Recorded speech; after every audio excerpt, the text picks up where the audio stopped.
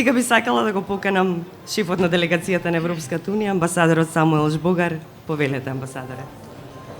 Dobar den, dragi gosti. Na ovaj den ja slavime različnosti na jazicите и говориме за нивното изучување.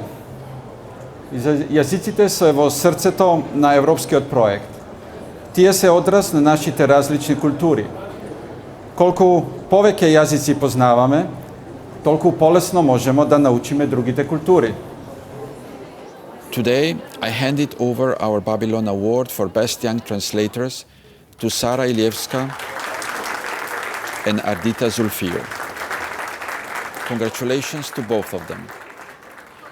Languages are at the heart of the European project. Cultural and linguistic diversity are the basis of European identity. The European Union is united in diversity. The European Union has a long-standing commitment to promoting language learning and linguistic diversity. Learning languages is essential to foster inclusion and dialogue, mutual respect and understanding. Languages are not something to fear from, but a key and entry point to better understand other people's culture.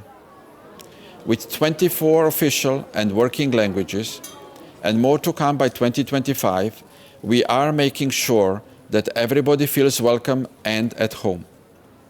I remember the time when Slovenia, my native country, was joining the European Union. There were concerns and fears that our language will melt in the sea of European languages. The opposite has happened.